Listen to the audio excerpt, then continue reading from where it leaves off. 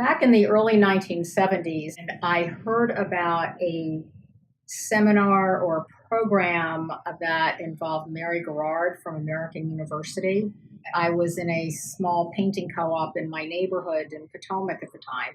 Somebody must have heard about it because I attended, and it was really the first time I'd ever heard anything about feminist art, or it just was kind of a different concept.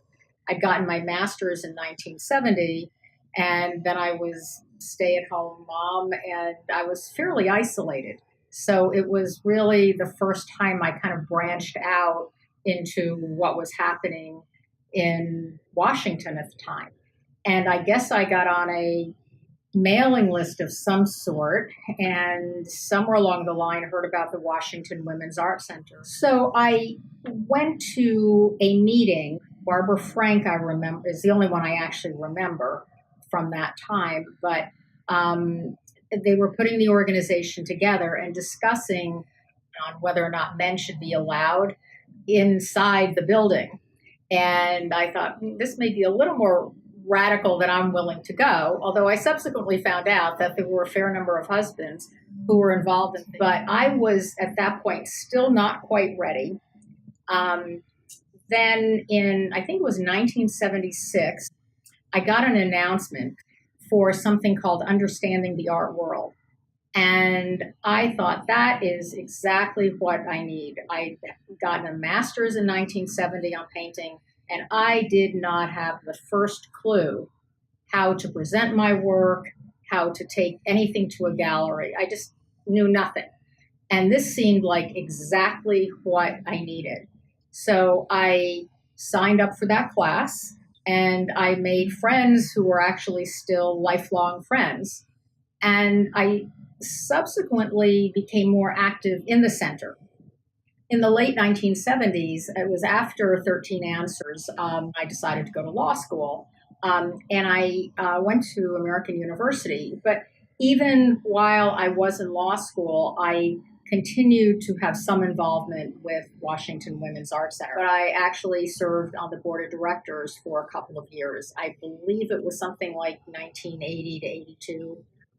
And it was also during that time that the Washington Women's Art Center decided to expand and get additional space over on 7th Street.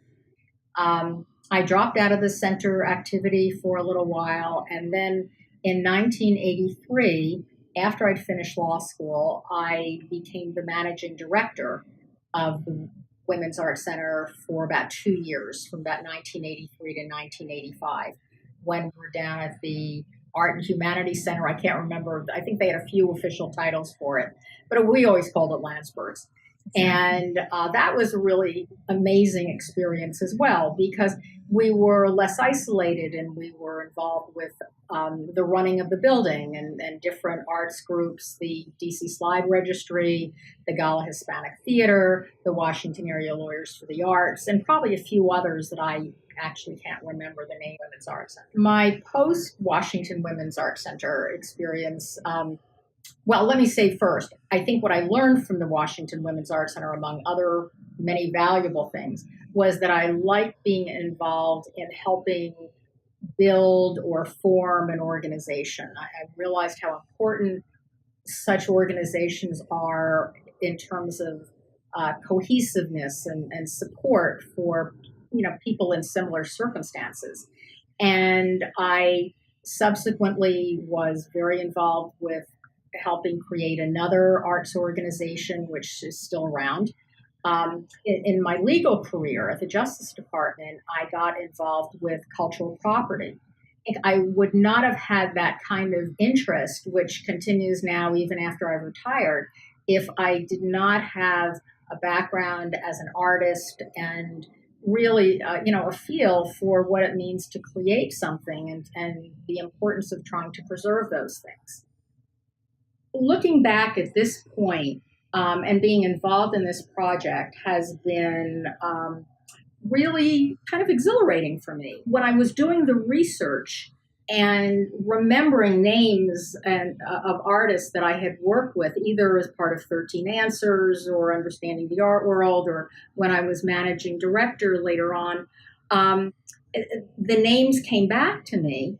And what was kind of thrilling was that these women are still working. They're not in my silo, it's not where I could see them, but they're clearly still painting or sculpting or having exhibits.